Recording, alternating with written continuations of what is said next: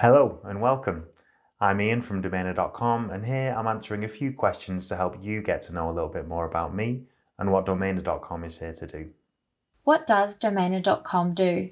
So the function of Domainer.com is really quite simple. We propose to represent premium buyers and that's it. We don't sell domain names, we don't have a marketplace, we don't have relationships with sellers. So that means that when buyers offer us to help them acquire that dream name, we're not trying to steer them onto other names that we represent. We don't have any allegiances or alliances with any particular names, any particular owners. We're focusing entirely on what's right for that buyer. So yeah, it's a very, very simple answer. We don't sell domain names, we only help people to buy their names.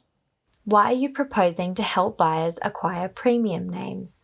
I suppose the best way to answer that question is to talk a little bit about where Domainer.com originated or how it originated. Domainer.com is the partnership between a domain broker and a premium domain buyer. This is a buyer that I met back in 2018. We went on to buy a large portfolio of names across 2018, 2019. And throughout that relationship, we had a number of conversations about the issues that he saw with the domain marketplace and how difficult it is to engage domain brokers and domain owners and have meaningful conversations. And he felt very sort of underrepresented there.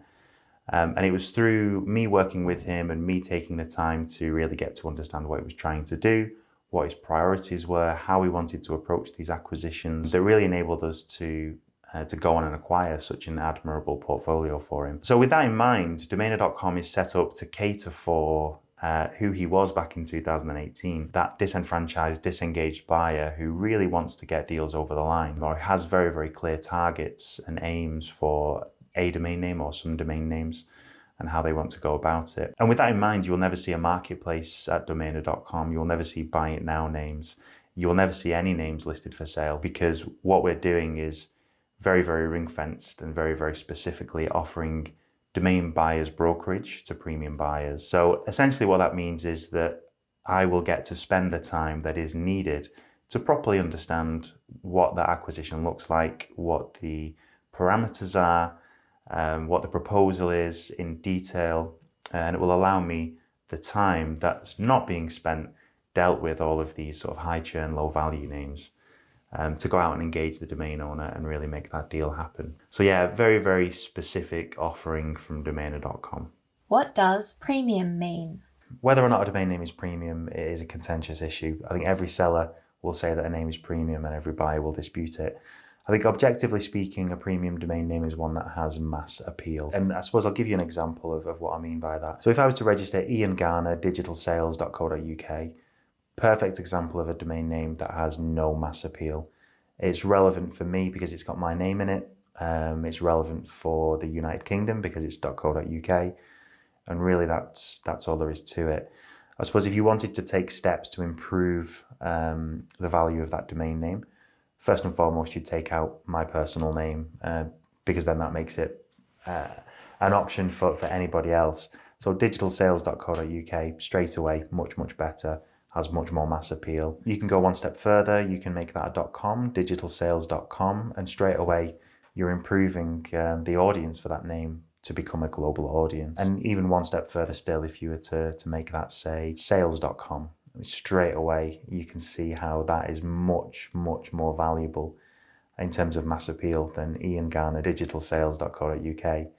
And that's really the kind of very crude criteria that we apply when discerning whether or not a domain name is premium.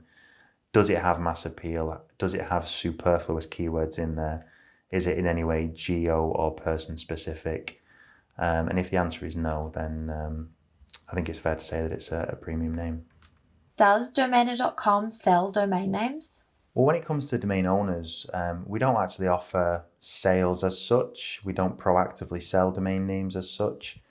What we do offer for domain owners is helping them monetize their premium names.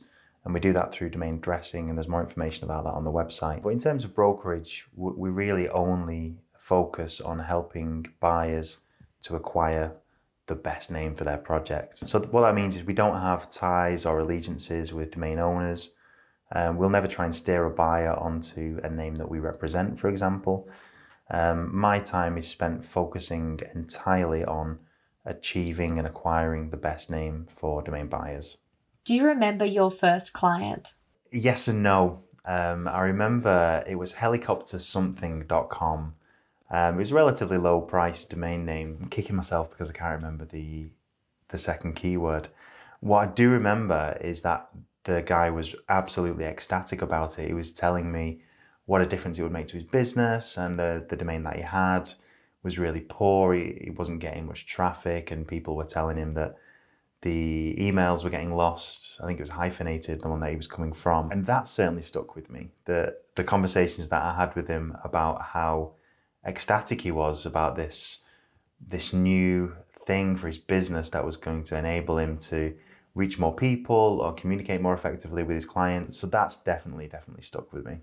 How much does the initial consultation cost? Well, the initial consultation that I'm offering is completely free, and I think it's really important to have that initial conversation and that fact find for both parties, really, for people to find out as much as they need to about me, and for me to find out as much as I need to about them, just to really make sure that we're going to have a good working relationship. And having that is invaluable. You know, having that knowledge certainly is invaluable. And that's why we are fairly selective with the people that we work with. I think if it becomes clear from the outset that it's unlikely that we're a good fit to work together, then it makes much more sense for us to shake hands and go our separate ways at that point. So yeah, the initial consultation is and always will be completely free, just because it's so valuable for us to both be confident that we're on the same page, that we can work together. And yeah, what that means is that my time is spent dealing with people